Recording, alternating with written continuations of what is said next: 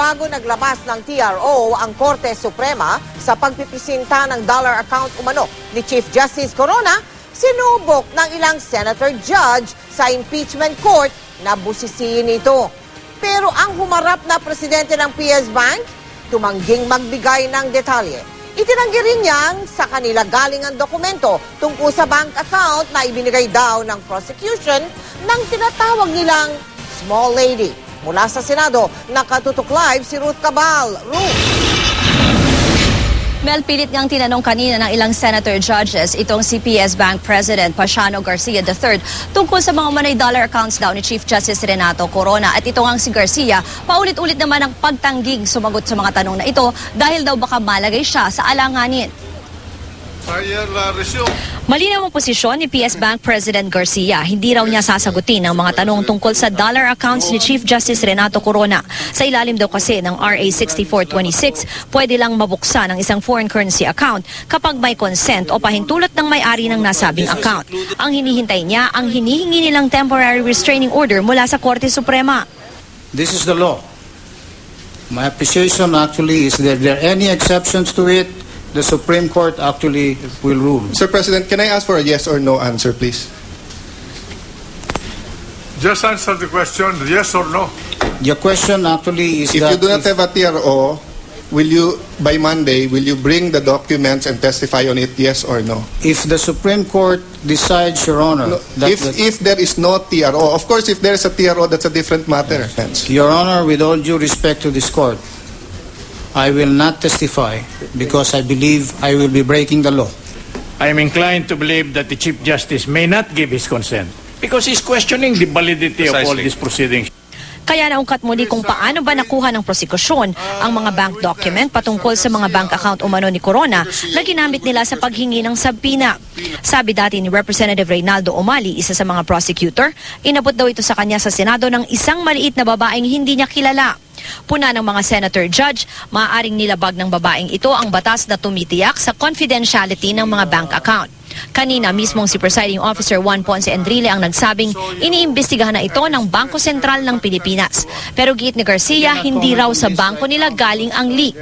The Bangko Sentral ng Pilipinas is now conducting an investigation regarding this leakage. Not that As we are, Your Honor. we do not want the secrets to come out of involving anybody, but the fact is that this has a greater meaning to the nation, and that is the integrity of its banking system. Documents that were floating around did not come from the bank. Where will it come from then? I have no idea. From heaven? I have no idea, Your Honor, because if we will compare them with the original documents, there are differences. Due respect. Paliwanag ni Garcia, ang bank manager at ang customer service officer ang nag-iingat sa mga dokumento ng bangko. The branch manager, sir, is Annabelle Chongson. Yes, sir. How do you describe Chongson? Is she a little lady?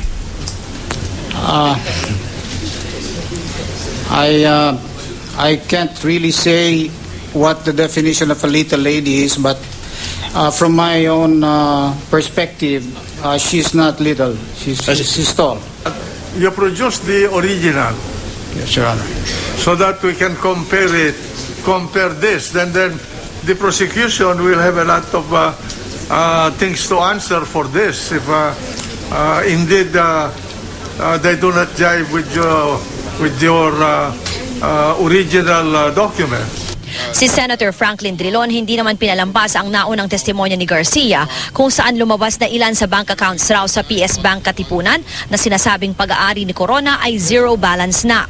Gustong malaman ni Senator Drilon magkano raw kaya ang pera ni Corona nang buksan ng ilan sa mga account na ito. And so what was the starting balance in 089-121-020-122, which was opened in 2009?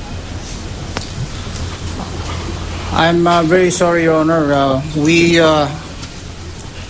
have prepared the information and the documents as based on the subpoena. Can you please stop making your own opinions. The Yes, Your subpoena Honor. was Sorry, issued Your by this court. Are you willing? Can you bring the amount, the information of the amount, opening amount? May I We request? This witness, Your Honor, is a little smarter than what we think he is. You answer the question. He is Be sure that you are telling us the truth, nothing but the truth. Because if you don't, and you're found out to